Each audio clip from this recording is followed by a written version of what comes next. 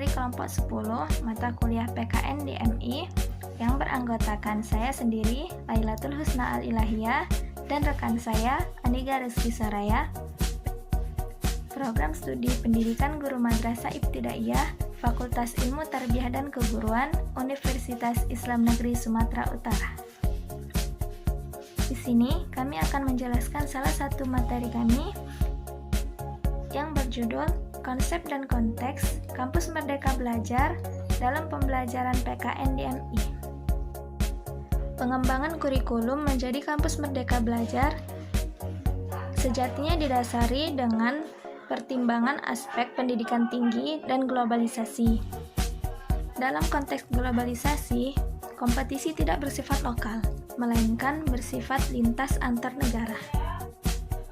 Oleh karena itu, perguruan tinggi di Indonesia mempersiapkan lulusan yang bermutu sesuai kebutuhan global dalam konsep kurikulum pembelajaran. Perguruan tinggi di Indonesia sebagai lembaga pendidikan yang mempersiapkan insan-insan akademis atau pengabdi bagi masyarakat, idealnya memiliki kemampuan dan keunggulan yang minimal setara atau bahkan lebih dibandingkan dengan perguruan tinggi di seluruh dunia. Dalam perguruan tinggi, program studi berperan penting dalam mewujudkan kurikulum kampus merdeka dan menyiapkan lulusan yang bermutu dan berdaya saing bernilai global. Tujuan pengembangan kurikulum diarahkan kepada 4 hal. Yang pertama, untuk menyelaraskan kurikulum prodi dengan tuntutan pasar atau masyarakat. Yang kedua, untuk menyingkronkan kurikulum prodi dengan pengembangan keilmuan. Yang ketiga, untuk menyelaraskan kurikulum prodi dengan perkembangan teknologi. Dan yang keempat, untuk menyelaraskan kurikulum prodi dengan perubahan kondisi sosial budaya masyarakat. Tujuan perkembangan kurikulum tersebut dimanifestasikan oleh pihak penyelenggara program sarjana melalui upaya penyelarasan profil lulusan, capaian pembelajaran, pemetaan bahan kajian, dan sebaran mata kuliah, serta pemetaan kurikulum prodi berbasis visi misi lembaga. Baiklah, saya Aniga Rizky Soraya akan melanjutkan penjelasan selanjutnya. Pendidikan kewarganegaraan dalam dimensi kurikuler berfokus pada kegiatan pembelajaran. Realitas tersebut merupakan upaya dalam membentuk warga negara yang baik dan cerdas. Pada dasarnya, bagaimana warga negara bersedia untuk berpartisipasi dalam kepentingan umum, memiliki kepekaan sosial yang baik, turut andil dalam menjaga persatuan nasional, serta mengisi kemerdekaan melalui peran aktifnya apabila tidak diberikan landasan mengenai pengetahuan, pemahaman, serta pembentukan moral.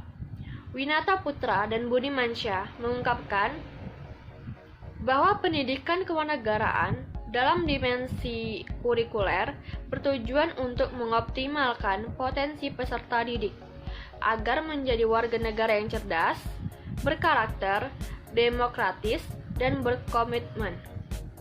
Kebijakan Kampus Merdeka yang telah salah satu tataran praksisnya difokuskan pada kegiatan akademik atau pembelajaran.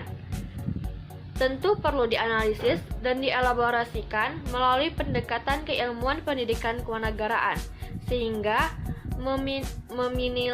minimalisir terjadinya ketimpangan antara cita-cita dan realitas.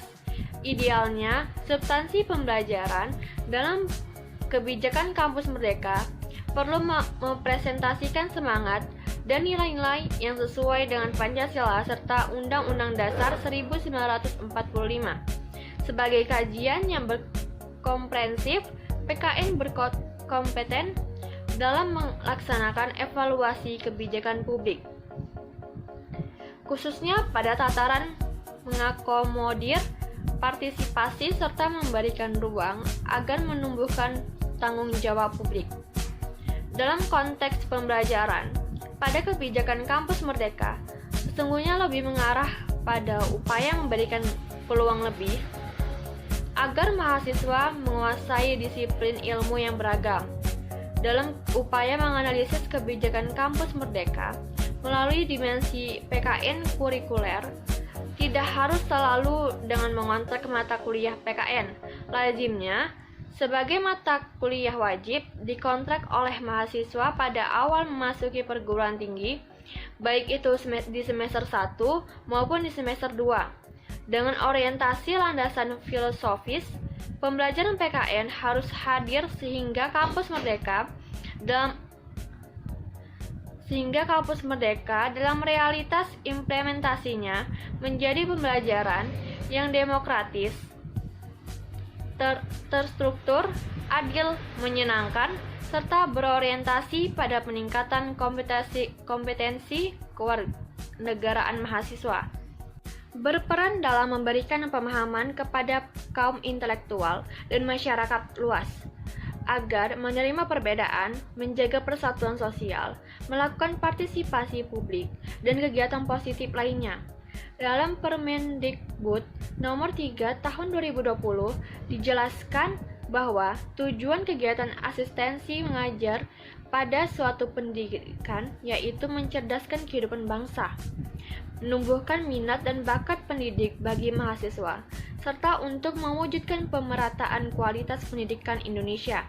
Pendidikan kewarganegaraan dalam konteks keilmuan dan pembelajaran tentu berfokus pada dinamika kebangsaan, sosial, kebudayaan, kemanusiaan, dan nilai-nilai Pancasila.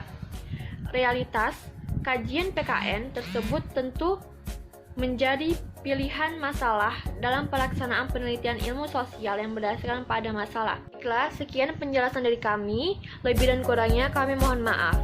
Wassalamualaikum warahmatullahi wabarakatuh.